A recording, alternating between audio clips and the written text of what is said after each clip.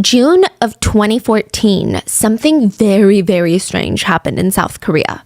A man without a home was found dead in an apricot orchard. He's wearing an Italian-made jacket, like a suit jacket, a very nice jacket. He was found outside this orchard of apricots with this book next to him, an empty bottle of shark liver oil, which is commonly used as a health supplement in South Korea. Well, not commonly, just sometimes. Oh, it's like the fish oil pills? Yeah, but it's like shark liver. It's not recommended. Most people don't use it, but it's kind of in like a niche health sphere. People use it, along with several empty bottles of alcohol nearby him, just dead in this apricot field. The fact that his body was so badly decomposed and the way that he was found, there were rumors that he was so decomposed that his head was separated from the rest of the body. Now, the police said that they were pretty certain that they were dealing with a man that was without a home. But once they ran some tests, they realized they could not have been more wrong. The dead body in the orchard belonged to a billionaire. But not just any billionaire, the nation's most wanted man. There was currently a $50,000 reward for anyone who knew even just information about this billionaire's whereabouts. And this apricot field was just 1.5 miles away from his holiday home. So it makes sense it's the billionaire, right? But the authorities said, no, we searched inside his holiday home. We found 2 suitcases filled with cash that totaled to about $1 million USD. Both were hidden behind a fake wall that led into a panic room. He must have hidden here while we were searching the place a week prior, and that makes sense, but it doesn't make any sense why he was dead. Did he take his own life? Was he killed? Was there foul play? His death was so mysterious, it led conspiracy theorists to believe that he was still alive. Maybe he faked his death. Maybe this was a decoy body in place of the billionaire, and that billionaire is out on the run. I mean, if money can buy freedom, he's got all the money in the world. And as mysterious as his death is, his life was even more mysterious, if you can believe it. This billionaire was known as the billionaire without a face in South Korea. He was incredibly elusive, reclusive, incredibly private, but he held art exhibits all around the world at places like the Louvre. He had a gala thrown in his honor at the Palace of Versailles. He had his art displayed at the Grand Central Terminal in New York City. He was connected to some of the biggest politicians, government officials, business owners. And at one point, he owned the domain www.god.com. Wow. And yet, not many people knew his name. See, you know what this reminds me of? Where people are like, you think Jeff Bezos and Elon Musk run the world? There's a whole set of billionaires we probably don't even know exist, that are not in the public eye, that CNN and Fox don't write about. And those are the people that are making moves. This is kind of reminiscent of that. Nobody really knew his name. Nobody really even talked about him. He fell under the radar up until his death. But it seemed like he was connected to a lot of dark stuff. Firstly, he founded a church that is accused of being a cult. He was connected to 2 of the biggest tragedies in South Korean modern history. One from a few decades ago, where 32 bodies were found dead and tangled in an attic, just tied up together. And more recently, the billionaire was connected to the company that owned the Sewol Ferry, the boat that sank, killing over 300 people at the very least. I mean, directly and indirectly. And he was actually on the run from being investigated because of this Sewol Ferry incident when he was found mysteriously dead. Okay. Yeah, so today we're going to be talking about the first tragedy, the 32 bodies in the attic. But on Wednesday's episode, this upcoming main episode, we're going to do a deep dive onto this Sewol Ferry tragedy. And with these 2 episodes, you're going to see how one billionaire was suspiciously, mysteriously linked to both cases of mass death. I mean, it feels straight out of one of those crazy conspiracy horror movies or no sleep stories, but it really happened.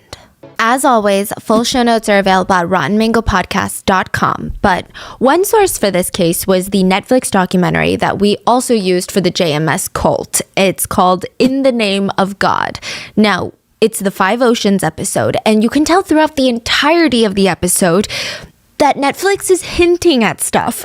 They're hinting at a lot of connections between the Five Oceans incident and the Billionaire, but they never really flat out say what that connection is, probably for the reason that I'm about to read you a legal disclaimer, okay? For legal reasons, I have been advised to say that before we get started, two things to remember. Yoo Byung-eun, the billionaire in today's case, is not the de facto owner of the Sewol Ferry. He's connected in certain ways, but he is not the de facto CEO and owner.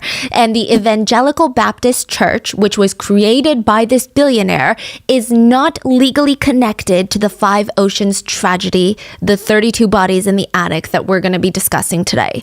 Even if we make any sort of connections between these two entities or these two people, does not mean that it's an insinuation of liability and guilt or otherwise.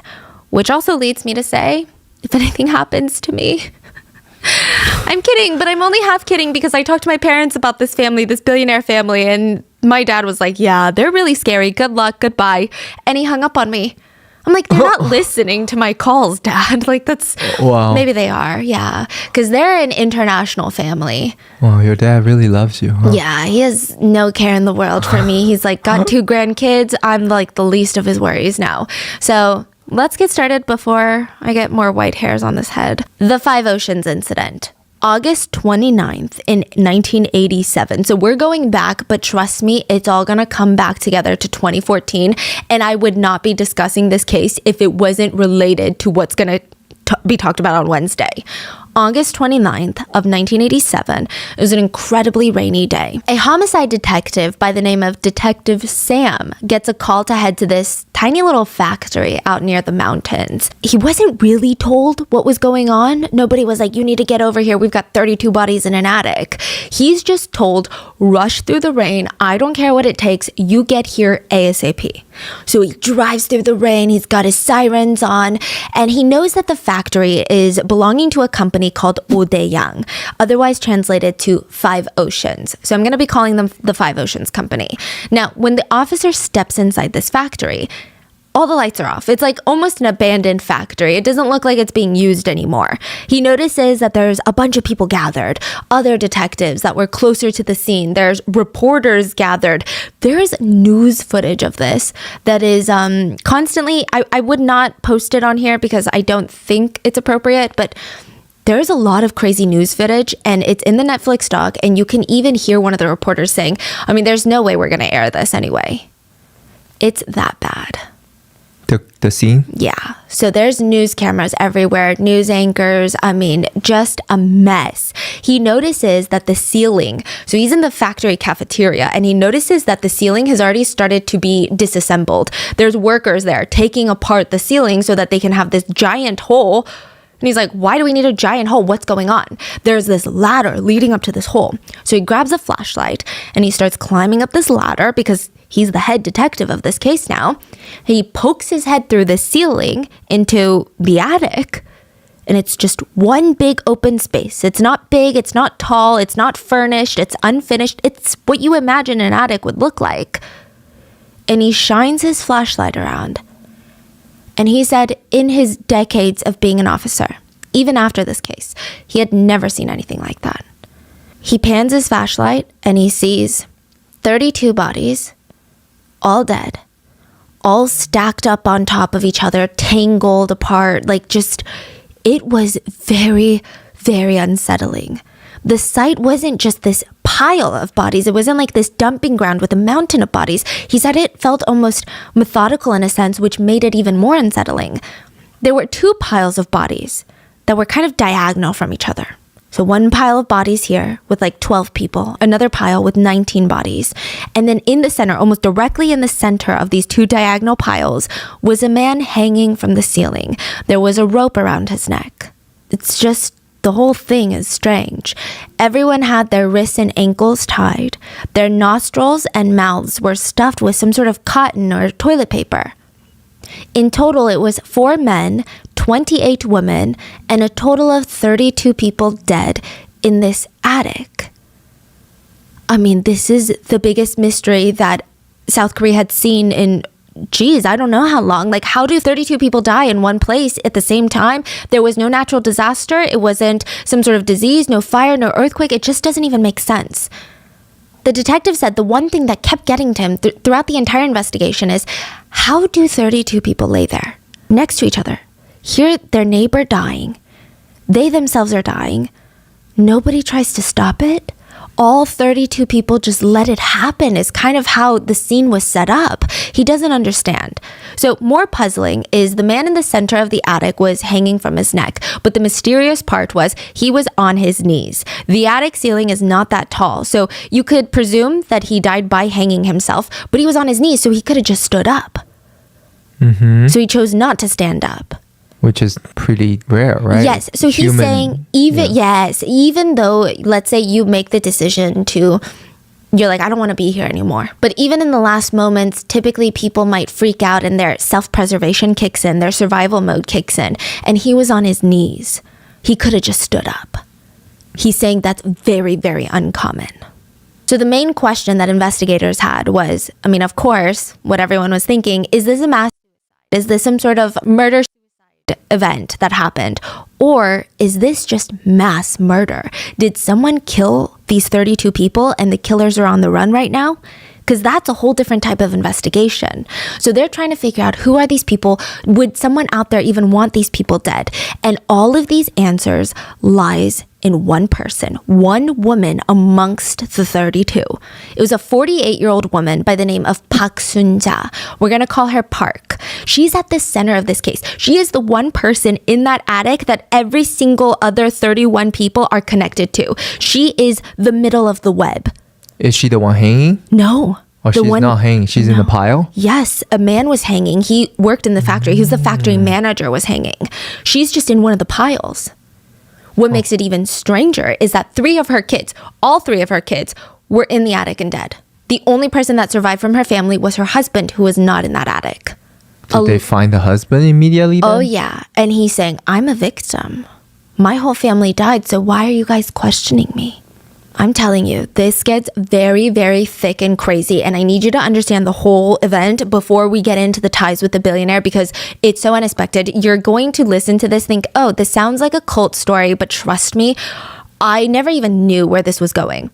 So she's found dead in the attic along with her 3 kids. The police immediately start investigating her because she is the special link amongst all of them. So let's dig into Park Sun-ja and a little note left behind. Now, these are the only clues that the police have initially, is Park Sun-ja, the woman in the center, and a little torn note. So there were torn pieces of paper all over the attic, just as if someone ripped it apart and threw it around. So they picked up each one, they went back to the station, they start piecing it together, and it's a note. There's writing on the front and the back, and the most important part reads, keep your mouth shut. She's already unconscious. 5 people died in only 4 hours. Just stay quiet. I planned this out. Endure it with his guidance. I think everyone will die today. What kind of note is that? I mean, it's so strange. There's actually another note that's found, but we're going to discuss that later. So who is Park and what is this whole event? Park is a CEO of a massive company in the local area of Daejeon. Now, when this whole case starts unfolding, it actually started with an investigation from the police, an investigation of fraud. So this couple comes into the police station like a week before the bodies are found. And this couple, they look beat up. They've got bruises, scratches. I mean, they've got a busted lip, a black eye. And they sit down and they tell the police, you'll never believe what happened. So there's this company. I'm sure you've heard of them. Odaeyang, the Five Oceans company. So they're a trading company, which means you can invest with them. And it's like an investment firm. You invest with them, they promise you returns and you get your money back, and it's this whole thing. And I trusted them, so I invested $500,000 of my money, my whole life savings, right, officer? Now, I was promised 40% returns.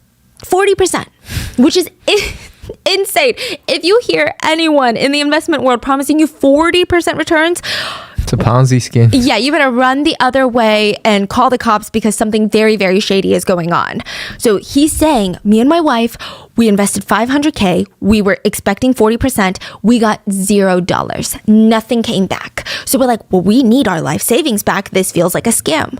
We go to Odaeyang, this very professional compound. You know, they've got office buildings. All the employees are everywhere. It's like a factory. We go in. We're like, can we talk to the CEO? We sit down with her and we say, listen, we love what you're doing, but, you know, we got to pay the bills. Can we get our money back? Park Sun-ja looks at them, calls like 7 employees over, and they beat the couple an inch of their life. Not only do they beat them, but in the end, they force them to sign a waiver, basically forfeiting their rights to their $500,000 initial investment plus the returns that they were promised, saying that all debt has been cleared, that they just gave Five Oceans this money for funsies. So they're like, look at this. I was forced to sign this. Look at the state of my face. They ran to the police station immediately when they were released from Odaeyang, and the police decided to open a formal investigation into this company. And they were pretty surprised to find out that this company was a reputable company. I think that they were expecting some sham company. Like, one look at it, you're like, that's a scam. How did they not know? This company was well known in the Daejeon area as a very decent, excellent sized craft business. So they have one department of their company is the trading business, like the investment business. But the main side of their company, well, they say, is their craft business. So they've got factories in Daejeon, and they have all these employees who make these traditional Korean pieces of knickknacks. Sometimes it's jewelry boxes. Sometimes it's, you know, like wooden toys. And it's almost like a souvenir company. They sell it to tourists who want to take home a piece of historical Korea with them. So people freaking love them. In fact, Odaeyang was known as one of the best companies in the area. They constantly won awards for their craftsmanship, for their business practices. I mean, they were killing it. On top of that, the CEO, Park Sun-ja, the one that was found in the attic, she was called the mother of orphans. How do you even get a nickname like that, okay? How do you even get a nickname like that? She's like one of those tech billionaire scam artists. Like, that's the vibe that she gives me. The way that she set up her company was she wanted to be all about the employees. So she set up all these dorms, these living quarters near her factory, on the grounds of her factory, like right next to the factory. You are welcome to live there as my employee. You and your whole family can live here for free. I want you to just focus on work and not stress about bills.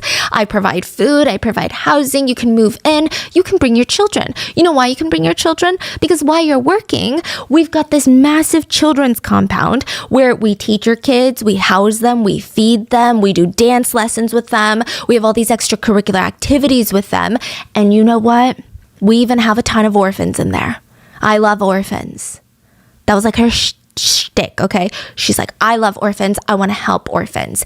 Anytime she was in any sort of interview, she played the whole, I'm rich, okay? I'm rich. I'm a CEO of Odaeyang. My husband is a government official. We're very wealthy, but I don't care about money.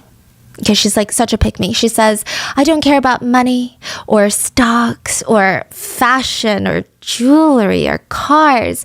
I just care about giving back. There's this one interview where she tries to force a tear out. And she says, I just don't want to live in a world where children have to worry about where their next meal comes from. How can I wear nice things when there are kids out there who can't even afford water, food, textbook? So everyone is like, oh my God, Odaeyang is like the nicest company ever. And the CEO is like the mother of orphans. She's amazing. I want to work for this company. Look at how she treats her employees. She was praised by the locals as being a great businesswoman. She would even have people come in and film the factory, and you would see all these factory workers that were making all these little knickknacks. You would see the orphans singing and dancing and being like, I love Mrs. Park, right? Well, guess what? You guessed it. It was all a scam. The whole thing was a freaking scam. So from the get-go, these employees were not even being paid. These were free laborers. You're like, why would they work for free? Park Sun-ja was a very manipulative, cunning woman. So most of these employees worked for free. When they lived on the grounds, they said it was very, very strange because they weren't even allowed to talk to each other. You work for Odaeyang, I'm your wife. We're not allowed to talk to each other. It's so strange. She would separate couples. She would separate the kids from her employees the families. She would throw them into the little orphan dorms, I guess. And she would even go on TV and be like, look at this orphan. Orphan, what's your name? Tell them you're an orphan and tell them what your name is. So the kid would be like, my name is Stephanie. And the parents would be watching on TV like, wait, I'm an employee and that's my kid. And why is my kid on TV acting like she's an orphan right now? And why is Park telling her to tell the world that she's an orphan? I'm her mom.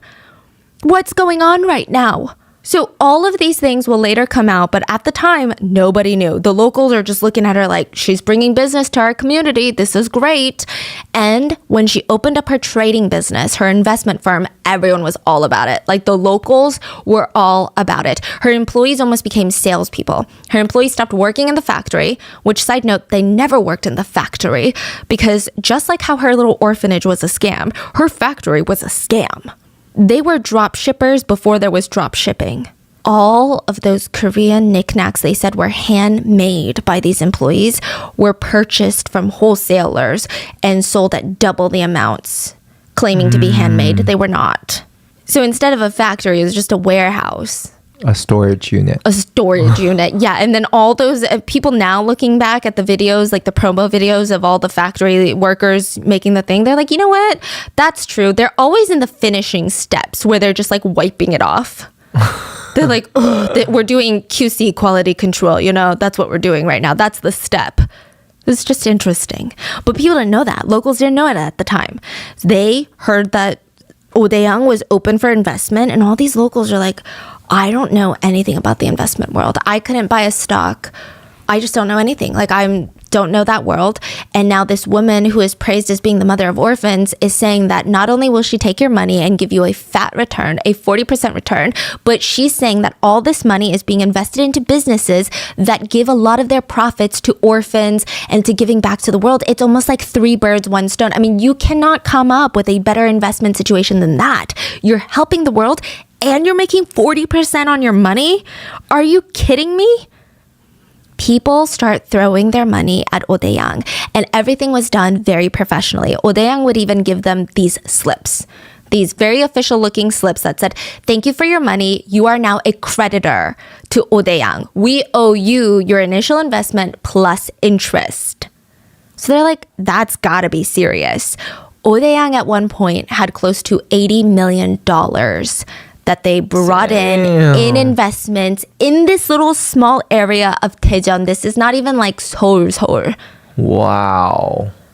That's a lot. And this was back in the day. Yeah, and this is, you know, when you're talking about areas like that, you're not talking about Seoul elites that are just throwing whatever cash they have laying around. You're talking about families' entire savings. Everyone trusted Park Sun-ja, and because her husband was a government worker, her name had a lot of weight to it. But it's like a bank run happened, okay? 1987, around August, the couple goes and asks for their money back. She beats them up. Turns out they're not the only couple that asked for their money back. A whole bunch of people started seeing that they were not getting any returns from Odaeang and they wanted to pull out their initial investments. And the walls are coming down on Park. Even the police knew it. The police were like, this is not even a regular, simple fraud case. We're probably going to give this to the feds. Like, we're going to bring in some higher level people for this because it's that bad. So a week before she ends up in the attic, they bring her into the police station to question her. They're like, we just want to ask you questions about your shop and what's going on, you know? And she sits there and they say the police said it's very fascinating. She's called the mother of orphans, and I'm not saying that you can judge a book by its cover, but she just didn't look like the mother of orphans. You know, I don't know what you expect when you see the mother of orphans, but she was very, in Korean we call it like 세게 보여, like 얄밉게 보여. It's very sharp features, very thin, and kind of looks lanky. She's not necessarily tall, but she looks very thin and bony and has such sharp features, and her eyes are so sharp. And they like just pierce through your soul. That's the feeling. And it just didn't feel warm or compassionate. It didn't feel like someone that was like, oh, I'm so sorry, officer. There must be a misunderstanding. Like, what's going on? So the whole time she's sitting there looking at them as if she knows something that they don't know. And the police keep grilling her, and dramatically, out of nowhere, she just faints. The lady just faints. The authorities think that the whole thing was staged, that she was faking it, but for legal reasons, they can't be like, hey, lady, stop faking it. For legal reasons, they got to take her to the hospital. So they take her to the ER, and I don't know, maybe because she's like a 50-year-old woman and she's skinny and frail and looks like an ajumma, they're like, we don't need police guards. We don't need to do that. Well, they did, because she walked right out of the ER and vanished with 80 of her closest associates from the company. They vanished without a single trace. You know what they also vanished with? $18 million of corporate funds. Authorities go to the factory and the dorms of Odaeang, like the main compound, and they start asking around. Everyone that's left over is like, I don't know what you're talking about. They're shrugging their shoulders like, I don't know where she went. I don't know. You don't ask me. Felt like they knew. Yeah. So, but they gotta know something. exactly, or like which direction did they go? At least, there's right? 80 people. Exactly. That's That's not like one person slips out. Like, oh, I was so distracted. 80 people.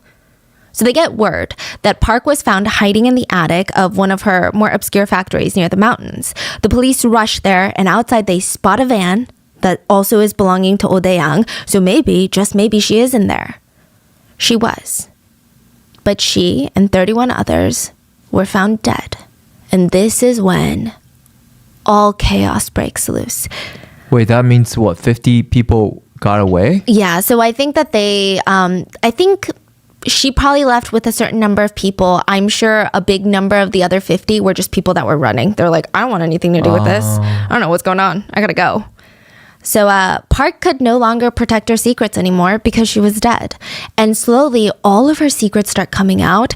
And that, one of her biggest secrets, is going to connect to the dead billionaire from 2014. Oh yeah, okay. So we've touched on the shady business practices of taking in the investor money and promising all these returns, and none of that works, right? But it's alleged that Park's company was just a fake company. It was a front for a religious organization. There were rumors floating around that Park and her employees were not a company. It was a messiah and her followers. This was a church that was parading around as a corporation. Why do people think that? A lot of victims came forward and said, I applied to work at this company and someone recommended that I work here. I thought it was a factory. I start working here and she's going around telling us that she cured her own cancer back in the day by prayer alone and that she is the Messiah, the conqueror of the 5 oceans, and if we disobey her, we'll all go to hell. And I was like, whoa, I thought this was a 9-to-5 that I was signing up for. What the hell is going on? All the other employees were like deep in it. That's what some of the victims said. These employees were like, yes. And they later found out that some of these employees weren't even getting paid. They weren't even getting paid. They were just free laborers.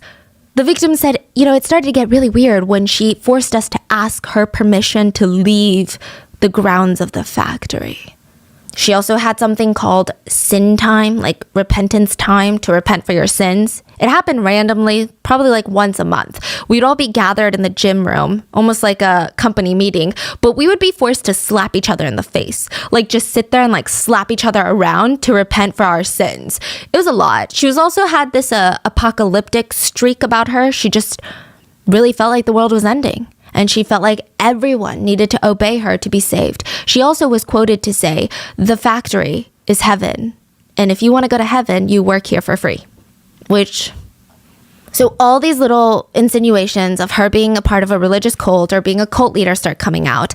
And the investigators are like, okay, we need to take this into account. And this is when we see 2 very popular theories form of what happened in Odaeang, because to this day, I don't think there's anyone that can say with 100% certainty that they know what happened up there in the attic, that they know what happened to these 32 people. So the first route comes from prosecutors and the police and the formal Justice Department of South Korea. So the investigators had found 100 pieces of cotton and fabric that had been stuffed into the 32 people's mouths in the attic. And everyone assumed that the pieces of fabric would be laced with some sort of toxic chemical or something that wasn't compatible with life. And that is what killed everyone, right? That's what everyone's thinking. But no, they were all clean.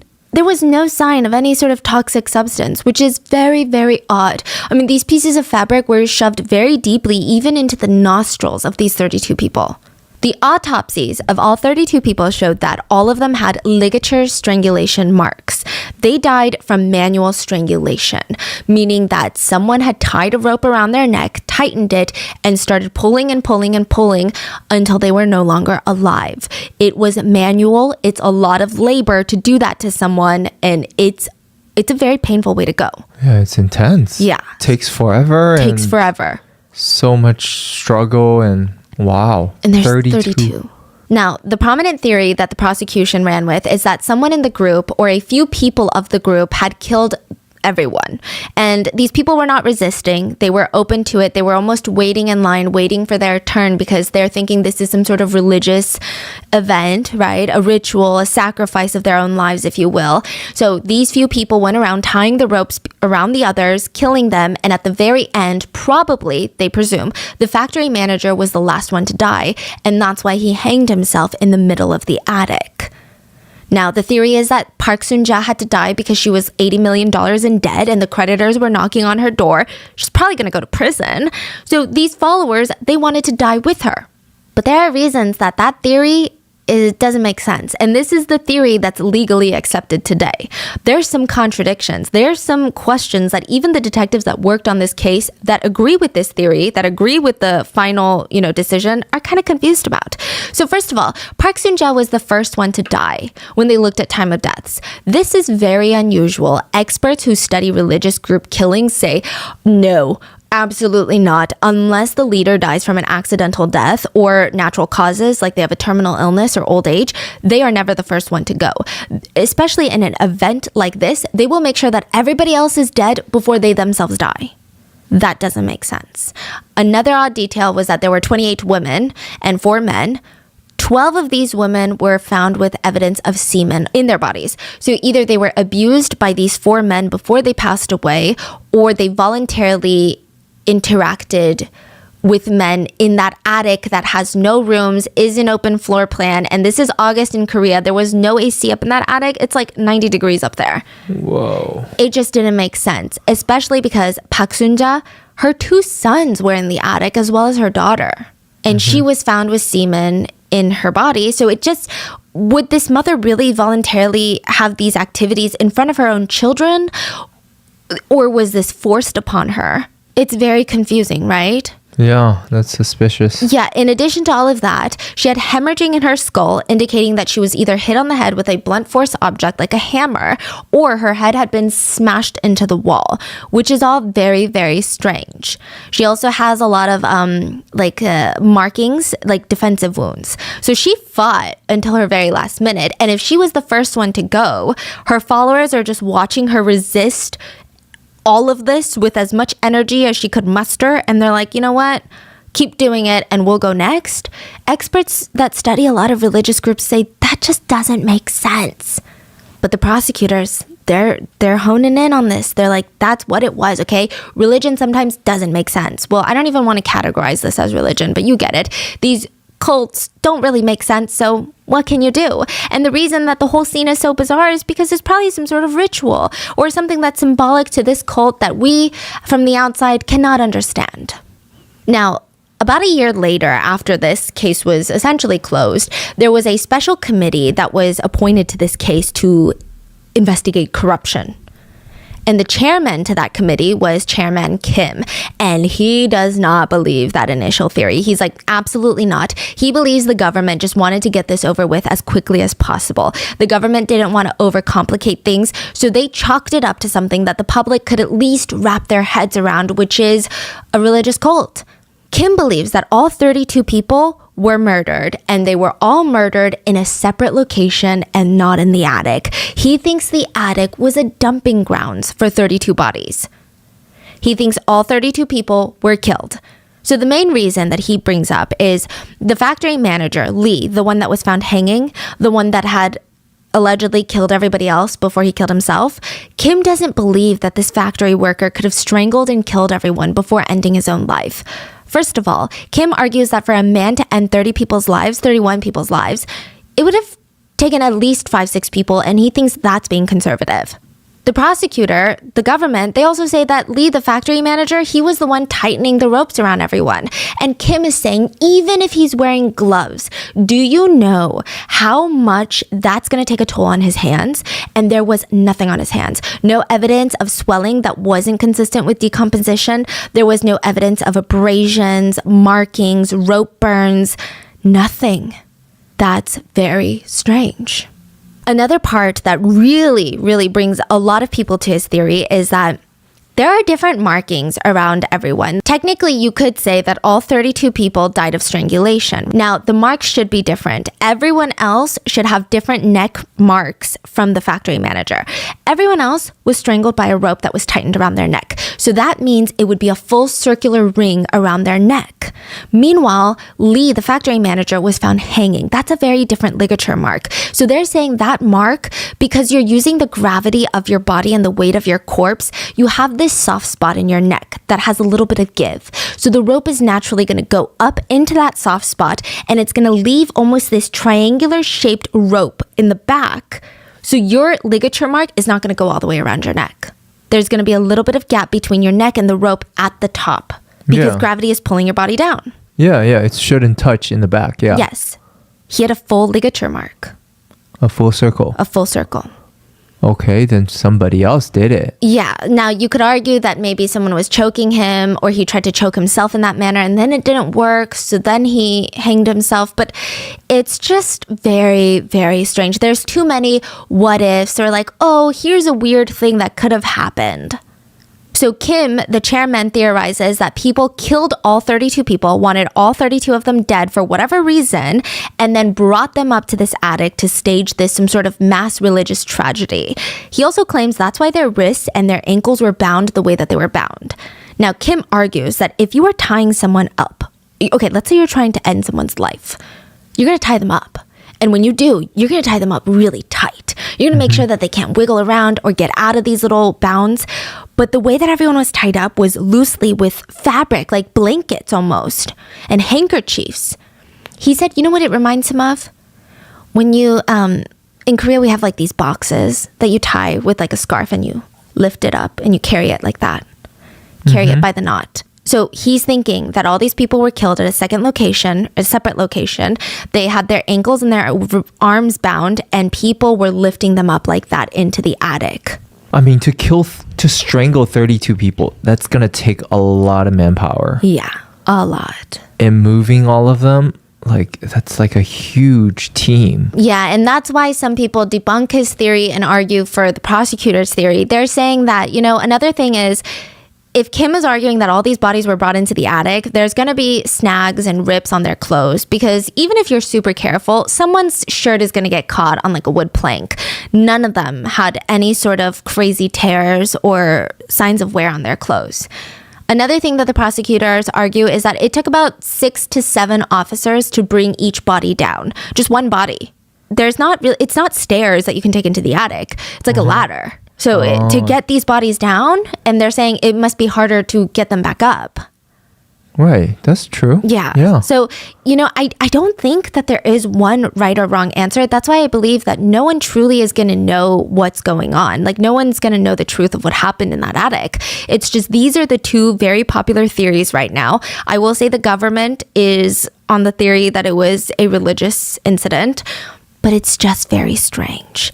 Now, the biggest question that everyone had, though, was before Park Soon-ja died, $18 million of corporate funds vanished. So where did it go? First of all, if corporate funds vanish like that, it doesn't seem like someone who's trying to die anytime soon, right? It sounds like someone who's trying to go on the run.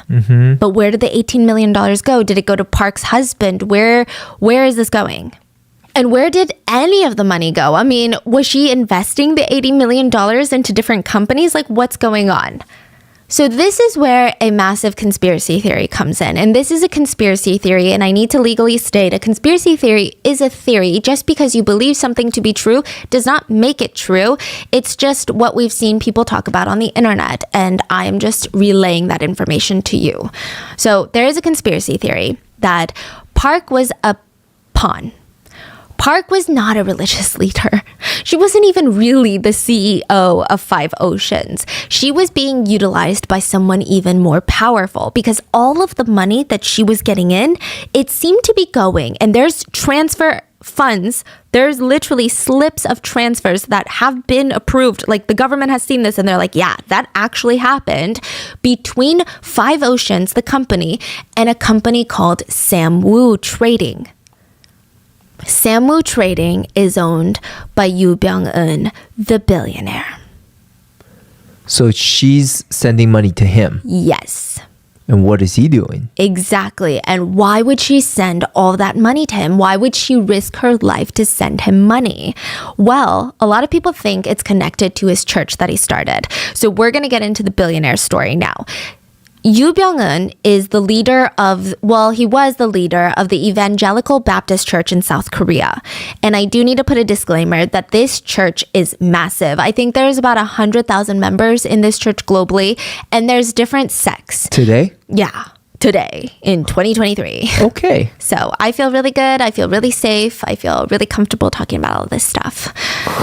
I'm very scared. There's a lot of churches in Korea, huh? Yeah, there's actually like a whole reason for it.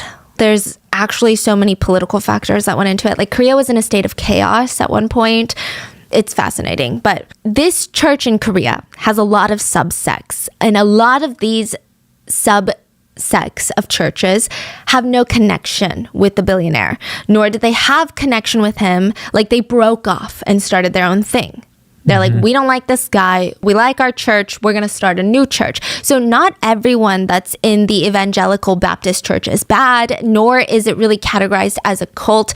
I'm just going to call it an organization for now because I'm legally a little bit cautious right now. But it's very interesting. He starts this church, and it's speculated that Park was a member of this church, and she started Five Oceans to provide Sewol Trading with money, the leader of her church, with millions of dollars.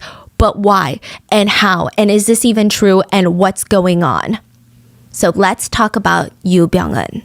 Now, these days, Yoo Byung-eun is a household name for all the wrong reasons because of the Sewol Ferry tragedy and the way that he was hunted down by the police and the way that he died. Everybody knows his name. But keep in mind, back in the day, nobody knew him. He was known as Korea's billionaire without a face. He was incredibly private. Nobody even knows how he became a billionaire. That's how private he was. Like other people, you could be like, oh, well, they started Amazon. They started this, right? This guy, all we know is what he's told his church about his childhood. He said ever since he was a kid, he wanted to be Michelangelo. He wanted to be the next big artist. He said he felt it in his bones that he was someone that was artistic, someone that was creative, that could speak through this kind of language. That was his ultimate dream. But how could he do that when he was born into this poor village family? He was a rather sickly child. Early on, he fought a rather tough battle of tuberculosis, and it seems like he never fully recovered. He went through school hoping, I'm just going to find a job to support my family. That's like how a lot of poor village kids his age were thinking. But in high school, he met a group of American Christian missionaries, and he said his entire life changed. Not only did he want to get into religion, not only did he become religious, but he wanted to spread the word, which is arguably the more controversial part of Christianity. But he said that his whole life mission was to help save people, basically. And he was a little bit of an apocalyptic sect, meaning that he felt like the world was going to end anytime soon. So he needed people to be saved soon, because if the world ends in 5 years and you're not saved, you're shit out of luck, you're going to be in hell. Now, he did have a lot of charisma ever since he was a kid. So he meets a young woman, they get married, and with his father-in-law, he starts a church. And everybody is poor. The whole Yoo family, super broke, okay? They've got no money. They're in debt when they start this church, but they're so passionate about their religious teachings. They call the church the Evangelical Baptist Church, aka EBC, or the Salvation Sect. The church, again, like I said, later splits up, so not everyone in EBC is bad or associated with Pyongyang. The church is interesting. The Salvation Sect, his sect, is very interesting and unique. Their teachings are wild. So Pyongun, the billionaire, told his followers that you earn the right to heaven no matter how bad your sins are. You could kill someone, you could rape a whole village, and you will get to heaven as long as you follow me and you are saved. You only need to be saved once in your lifetime. It's like a get out of jail free card. So most Christians do not believe that. They feel like you have to live your whole life trying to prevent sin and trying not to sin because that's how you show like you were worthy, right? But he's saying, hey, you could have killed 10 people. But I save you today, you can go on to kill 50 people. There's no take backsies. Do you know what I mean? Like I can't take back your salvation. Yeah, it's an interesting concept that most Christians absolutely despised. Many Christians that belong to more mainstream groups stated that Yu Byung-eun and his followers were lawless criminals who weren't upholding their faith. The Presbyterian Church of Korea officially categorized Yu Byung-eun's church as a violation of Christian belief, and they straight up called them heretics. One of the pastors said, he's a cult leader. He is defied as some sort of Moses or Messiah amongst his followers, and they give him money as he pleases. Yu Byung-eun and his followers, they passionately refute this. They say, no. You hate us because you don't understand us. Because we don't practice the same way that you practice. That's the reason you hate us. One very fascinating thing about this group is how reclusive they are. I mean, the whole church is shrouded in secrecy, which is kind of unheard of. I feel like most religious organizations that don't feel all that religious, don't sue me, but they're kind of wild. Like even JMS, think of all the public events they held, all the videos that have been found online of, JMS out there giving his sermons in his crisp white tuxedos, but not this church. This church was so secretive. I mean, it's a major religious organization with tens, if not hundreds of thousands of followers, and yet nobody knows what's going on in there.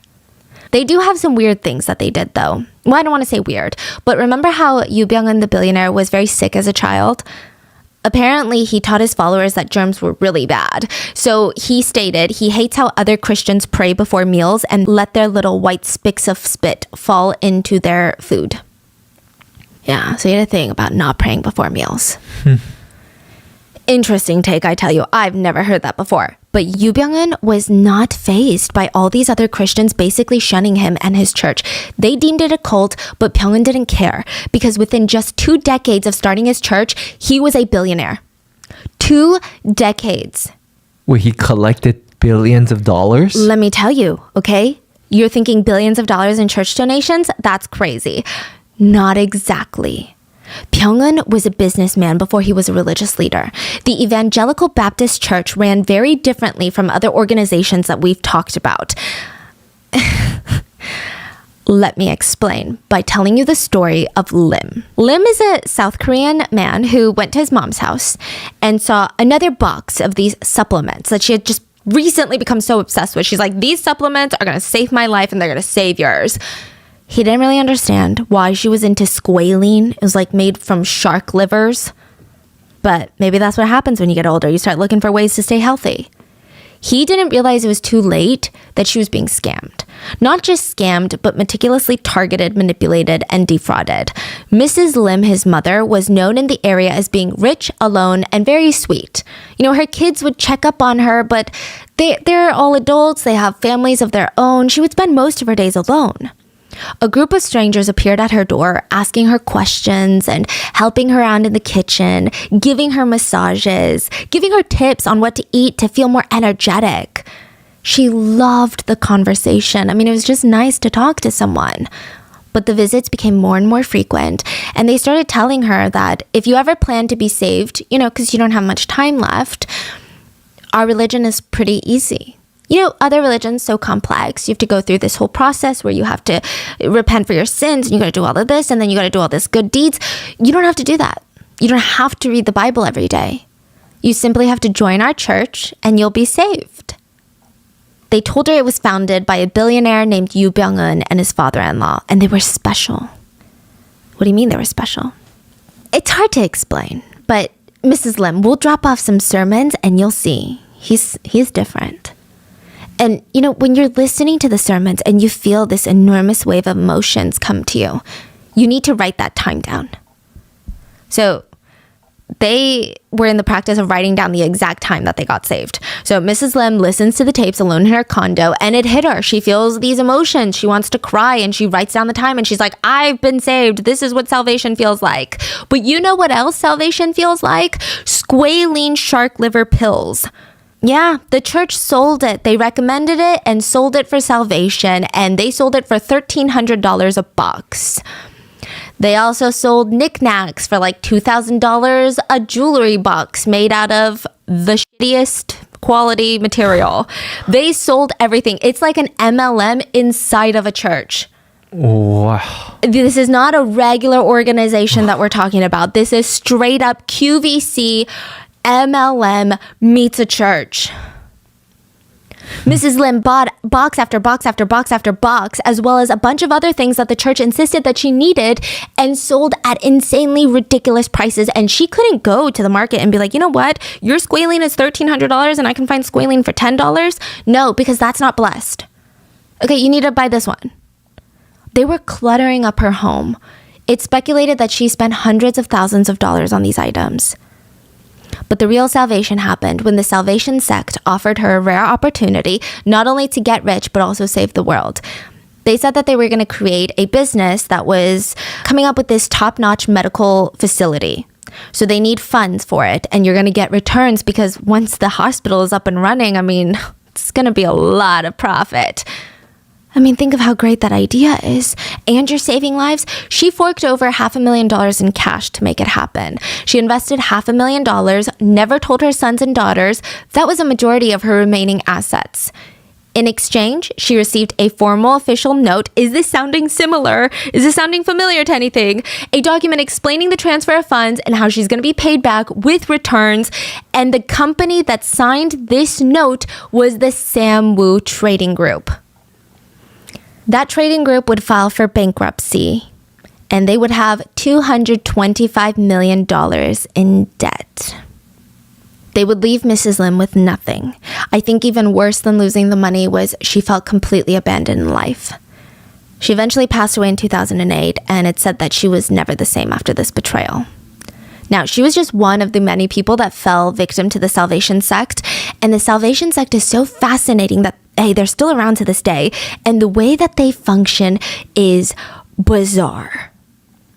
So this church is a church, their sermons, but they also ask all of the church members to invest in the companies that are basically run by the church. The executives of these companies are run by church members. Most of the employees are church members, allegedly. All of this is it's like a networking event. A professor who studied Yu Byung-eun and his religion said, Yu Byung-eun preaches that corporate activities are equivalent to religious activities. He used his followers as a tool to bloat his own wealth.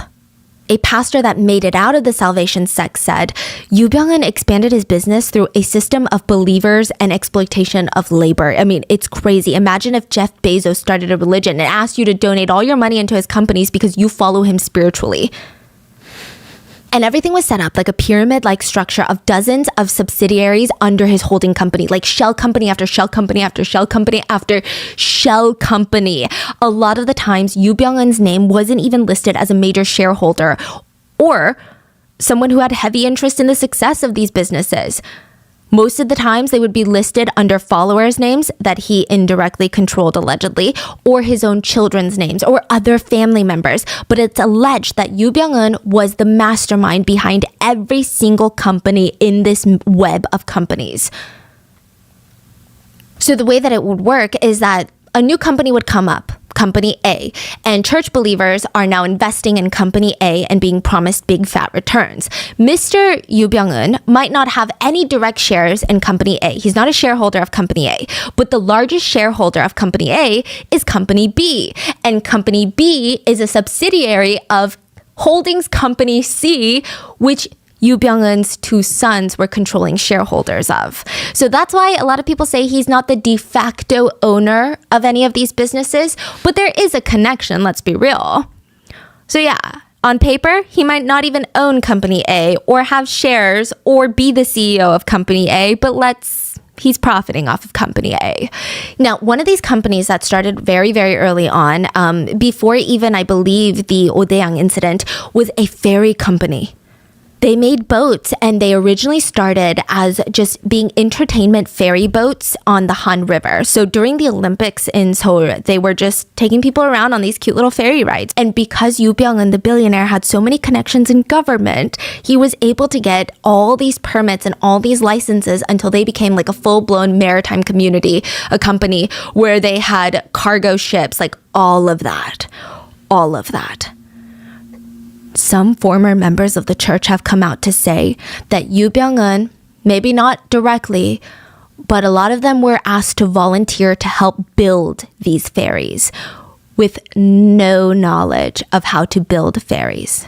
It's alleged that in the beginning, this ferry company would use free labor from church members who had no idea how to build ferries just so they could cut down on costs. It's also speculated that most of the employees that worked at this ferry company were like 99% the church. So if anyone had any safety concerns, they would just get fired. And if you were part of the church, you probably wouldn't have any safety concerns. It's speculated because 3 of their ferries would end up colliding with the Mapo Bridge during a flood, killing 13 passengers and losing 1 passenger who is still considered missing. And this is before Sewol. So Samu Trading was investigated but formally cleared of liability. But it's just fascinating to think about considering what we're going to talk about in Wednesday's episode. Now, a former follower of this church said working hard at these companies that were run by the church was equivalent to salvation. They considered that Bible study. They considered that singing the gospel. That was considered an act of worship. We didn't have to pray anymore. We just had to do 3 hours at the factory. And these are not small, cute little home businesses. These are massive ones, like Chonejin Marine, the ones that owned Sewol Ferry. Pretty sizable company, okay? They had companies that sold toys to the general public. Like, you would never even know that this company is run by a church. You're just like, that's a cute toy, let me buy it. They were the sole distributors of a very fancy chocolate brand called Dubov and Gala. It's like a French chocolate brand. It's super old. It's said to have been a favorite of Marie Antoinette. But they are the sole distributor in America for that chocolate brand. Yeah. The family owned an entire village in France. They had a company that sold green tea, a company that sold enema kits to cleanse people's bodies via the butt, companies that sold organic milk, makeup, auto parts, special paint for nuclear plants that have to endure radiation. They had a real estate company, the maritime boat companies. I mean, they had their fingers dipped in everything. Craft companies, tourist toys companies. It was like a spider web of shell companies and subsidiaries. What they would do is they would just buy companies that were about to be bankrupt, put in a bunch of church members, allegedly, and ask people to invest in it. It said that they were involved with at least 70 companies on 3 different continents, some in their own names, others through other people's names. It was so complicated, so complicated. They even own one of the biggest organic lavender farms in Southern California. So this is not like a cute little business idea that a church makes. It made the Yoo family one of the richest families in South Korea, but hardly anyone knew about them. They were not always in the papers like the Samsung chaebols, the Korean Air chaebols. They were the billionaires with no face. They flew under their radar, but their power, influence, and money is so terrifying to think about. So the families would get paid millions of dollars through this company, even if it wasn't just through the shares. And how do you do that, you ask? The companies would make up random, okay, I don't want to say this legally speaking, but in my opinion, they would make up random reasons that they had to pay the Yoo billionaire family millions of dollars. So the ferry company, for example, allegedly paid Yoo's eldest son $1.4 million for the right to use the name to one of the ferries. The other Yoo family son apparently was paid for the rights to the name Sewol, the name of the ferry that sank and killed hundreds of people that we're talking about on Wednesday. I don't know for sure if the company paid to use that name, but apparently he owned the trademark for it. So they would make up these, I don't want to say false because I guess they're accurate, but these almost unbelievable from an ethical sense reasons why they had to pay the Yoo family millions of dollars. They're like, the Yoo family named one of our products, so we must pay them $2 million in royalties. and that would be considered a business expense on the final papers. It just seemed like the family had a million ways to make $1 million, and all of it seemed to fall into morally gray territory depending on who you ask. So early on in their church, Byung-eun acquired a failing business, Samwoo Trading, and then he starts adding all these new businesses. And one of the companies that was funneling massive amounts of money into Samwoo Trading was Five Oceans. So once that connection was made, Yoo Byung-eun's assistant was arrested because all the funds that passed from Oh Dae-yang to Samwoo Trading all went through his assistant, and she was basically thrown under the bus. It came out that when Park was in debt, she was being investigated, she was on the run, and she asked Yoo Byung-eun, the billionaire that she's connected to, for help, and allegedly he refused. There was another note found at the crime scene. A note that said, Samwoo is also suffering, indicating someone gave her the news that Samwoo Trading could not give her money because they too were suffering. Now, this is where it gets very tricky. You would think, okay, that's one and done. They're connected. He must be involved in something illegal, right?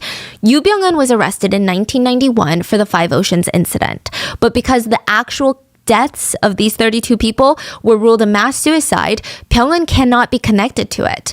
And the prosecutors alleged that they couldn't find any link with him and the deaths. I'm not saying the Five Oceans company or the scams, just the deaths. Years after 32 people died, Yoo Byung-eun this was a rare occasion, he was interviewed, and he said, I just feel really insulted that people link me to the accident. Do you know how I feel? I feel like I'm a woman living in a small village, and one day I suddenly got sexually assaulted. And it's really unfair, you know? But I can't talk about it because, you know, Korean culture, they'll just have more rumors and it gets out of control, and then I'll be the one at fault. That's how I feel. Oh, what is that analogy? I don't know. It's first of all, what? 32 people died. Okay, second of all, but you're not a woman that's been sexually assaulted. You're a rich man in a deeply patriarchal society. So shut up. Like, what a bizarre thing to say. But Yoo Byung-eun is not connected to the Five Oceans incident legally. Even though he's not, there are a lot of open questions, though. Technically, the police have decided what they think happened, and they think that it was mass suicide. But I don't know, just these loose ends, I don't think anyone will really know what happened in that attic. Yoo Byung-eun was convicted on charges of defrauding his church members. Prosecutors stated that he uses church funds and property to expand his own business and wealth. They said that he committed habitual fraud under the mask of religion. He denied those charges, but he was found guilty and thrown in prison for 4 years. When he got out, similar to what happens to most people that have a lot of admiration for them, his followers only believed in him more. They believed that he was wrongly persecuted. Yoo Byung-eun even recorded a sermon to his followers that said, things are tough for us right now. Other people treat us like kolles, like rags, like dish rags. But we need to remember, blessed are you when people insult you, persecute you, and falsely say all kinds of evil things against you because of me. Blessed are you. Rejoice and be glad. I will state again for the record, the prosecutor's office did confirm that no connection between Yoo Byung-eun and the Oh Dae-yang incident with the 32 people in the attic. There was no connection. He's not legally held accountable. But there's more.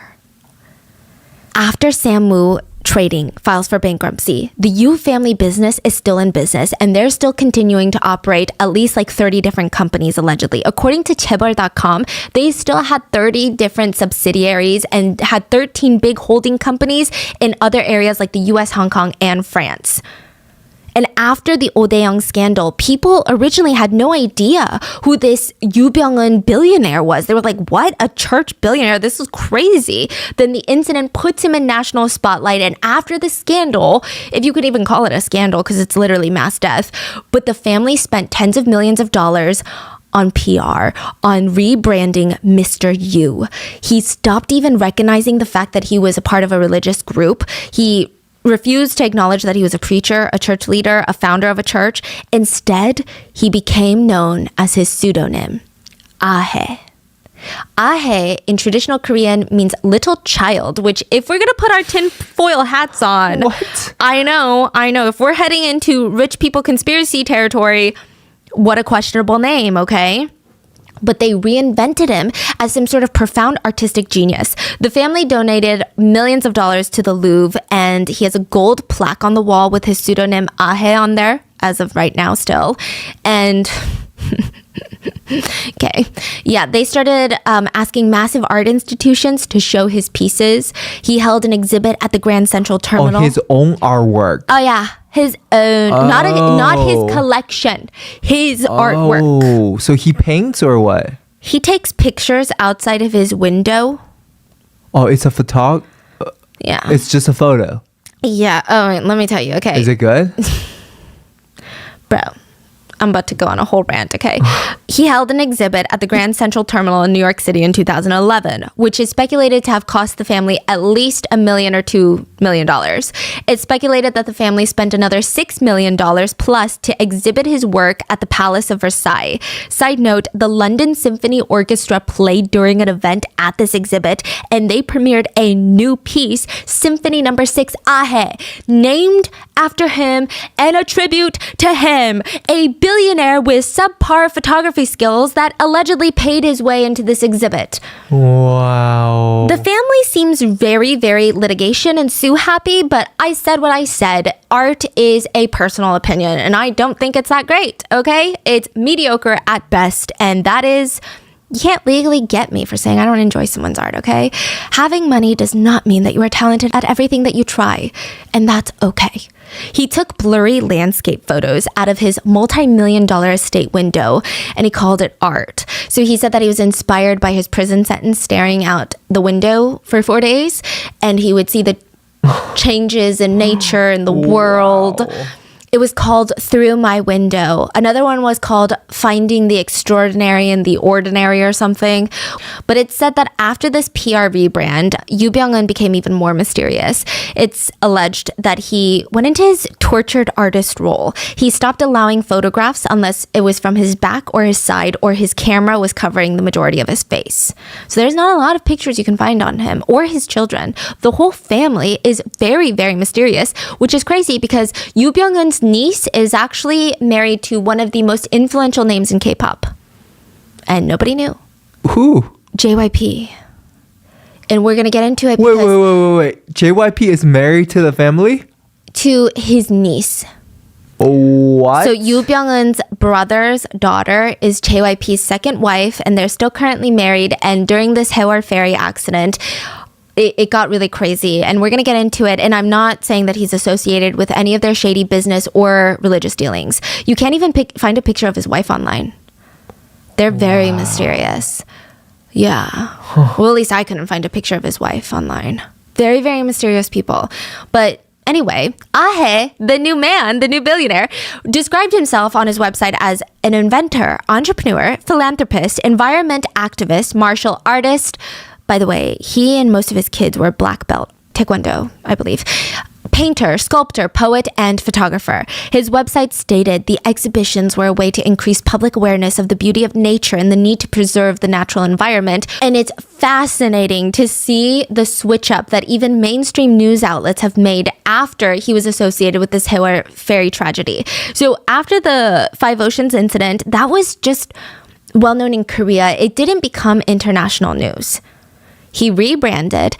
Everyone just knew him as this mysterious billionaire from South Korea, this artist that was giving back to nature.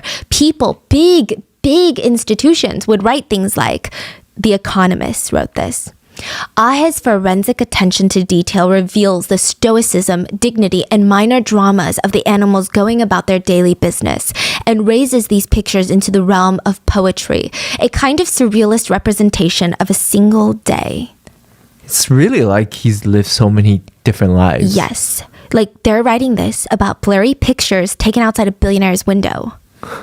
Yeah, I too would expect some poetry if I had that much money and my compound was worth that much. Now get this. During this time, it's alleged that Yoo Byung-eun was still running tens of companies and still getting investments. And I don't know if he starts asking these companies to purchase his art or if they volunteer to, but he started selling his art to these subsidiary companies, sometimes for as much as $22,000 a photo, and they would buy a lot of them. Each company would pay for tens of thousands of dollars for his art, and it's alleged that part of the reason that the Sewol Ferry even sank in the first place was because of his art. Not fully, but it was a factor. Yeah, so I totally get it. Sometimes you want to benefit all your friends' companies, and if this is a good investment, why not, right? But there's no such record of his art selling for as much or for anything in the real world. Like, it was never auctioned off at Christie's or Sotheby's for any price. So very little evidence that his art had actual market value. An art curator in New York City said, "My informed opinion as a museum curator for the last 15 years is that there is no market for these works at any price. You couldn't even give them away, honestly, for free." So it seemed like another one of those morally gray areas of like, what's going on here? I mean, I think you and I both know what's going on, but legally, I can't tell you what's going on. Now, one of those companies that was said to have spent over $100,000 on purchasing his art was the failing, financially struggling boat company that owned the Sewol Ferry that we're going to talk about on Wednesday. A lot of corruption. Now, he is known as Ahe, the billionaire without the face. And then in 2014, the Sewol Ferry sinks, killing 300 plus people. Financial records detailed that the parent company that owned this ferry, that was controlled by the Yu family, well, at least his two sons, they were spending millions of dollars and giving it to the Yu family and spending about $2 per employee to train them on what happens in the case of a major emergency. $2 in training.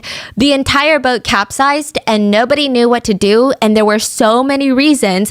The boat was not up to regulation. There were so many factors on why it sank and why it was as disastrous as it was. And the prosecutors, they wanted Yu Byung-eun, the billionaire, to go down for the ferry. But the ever mysterious billionaire was nowhere to be found all of a sudden. And around 2014, when the ferry went down and people were looking for Yu Byung-eun and his whole family, Oh Dae-young kept coming up too. Because people were like, wait a minute. Who is this guy? Who is this guy that we've never heard of that owns this company that's apparently part of a Chaebol family?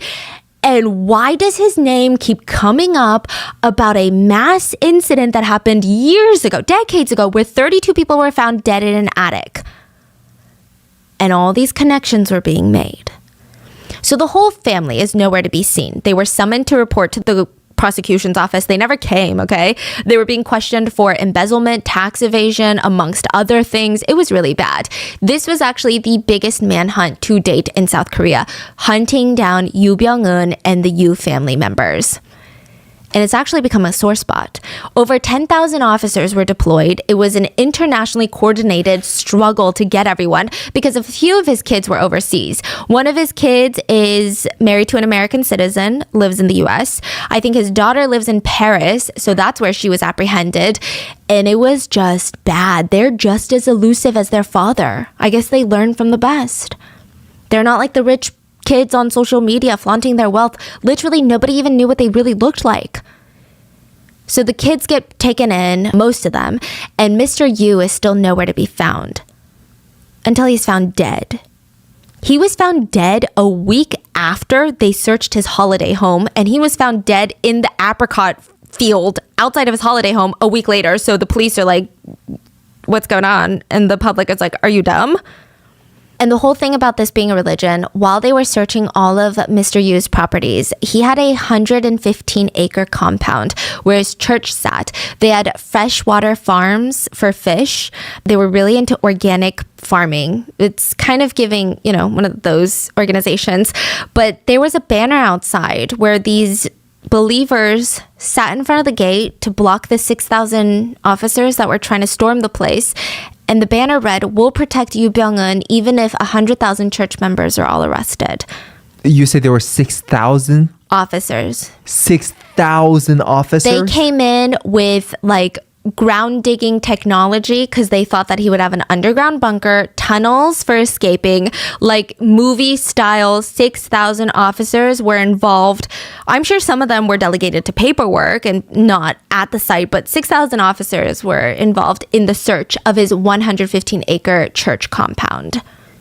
Wow. And in Wow, total, wow, I think wow. 10,000 officers were involved in the manhunt for Yu Byung-eun. One church member even screamed, "I'm ready to be killed in protection for Yu Byung-eun." So, yeah, I mean, they don't say that they're a cult, but like, that's kind of crazy, okay? Now, the extent of Yu's influence, power, and money is truly terrifying. There was even a list going around while he was on the run called the Yu Byung-eun list with a bunch of names that he had been rubbing shoulders with, and they were all people in powerful positions of politics, government, media positions. So, JYP.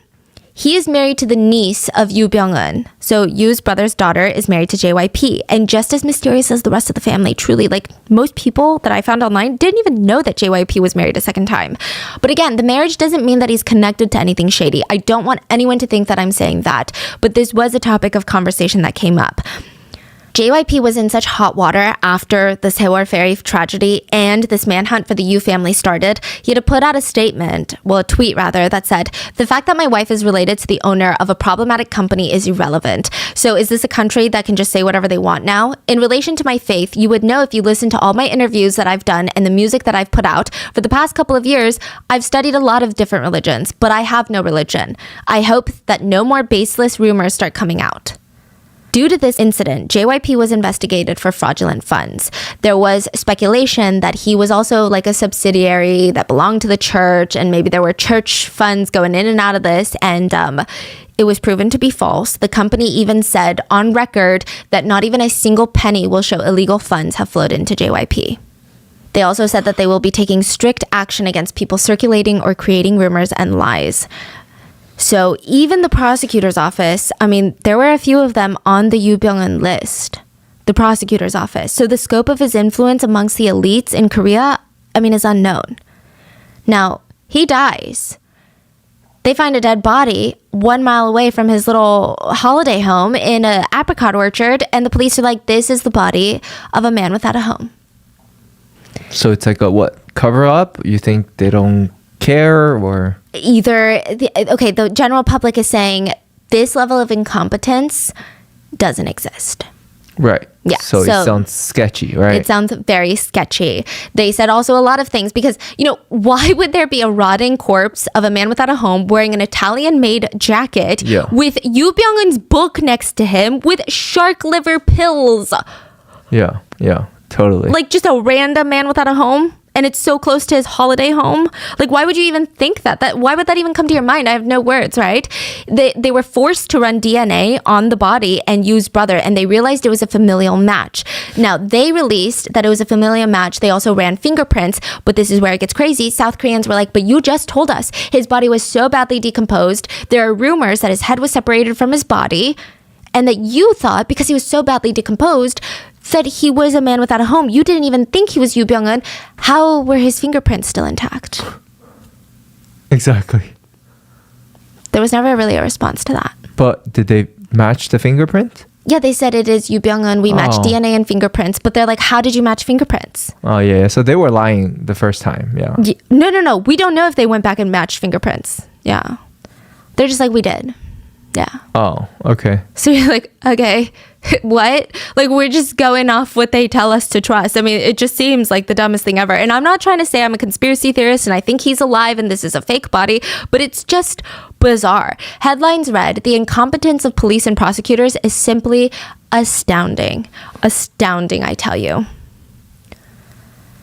And members of his church state to this day that this was a witch hunt set by the South Korean government because they did not want to take responsibility for the tragedy. And they state that Yu Byung-eun has retired from all of his managerial positions in 1997, has focused solely on photography, and he doesn't even own shares in the ferry company. But either way, Yu Byung-eun is said to be dead. Rumors, of course, start that he's not dead. There have been sightings of him, quote, sightings of him in China. And I don't know because I mean, do you really even know what this guy looks like? And like, who's saying they saw him? There's a bunch of sightings of everyone everywhere, but that's the speculation out there. Is he dead? Was he not dead? How involved is he in all of these tragedies? And how many lives did this guy live? And how many more things is he connected to that we just don't know about? And how many things are going on behind the scenes that the general public has no idea about? Because if it wasn't for the ferry accident, we wouldn't even really be talking about his connection with the Five Oceans incident, or we wouldn't even know all of these subsidiary shell company holdings, all of that. There's also another theory that he was murdered, but we're not going to get into that. So anyway, there's also another theory that he's in France on his hilltop village that he purchased. So I don't know. The guy has money and power everywhere. So what do I know? I don't know anything, according to my lawyer and myself. And please. But this is the case of the Odaeang incident, where 32 bodies were found in an attic, and how a billionaire's name keeps popping up in that tragedy and popping up again on Wednesday. We're going to do a deep dive, but I think I felt like it'd be important for you to know who this guy is and all the things that he's associated with and how the companies that he runs are being operated. So I will see you guys on Wednesday to talk about the Sewol Ferry. And please stay safe, and I'll see you guys on Wednesday. Bye.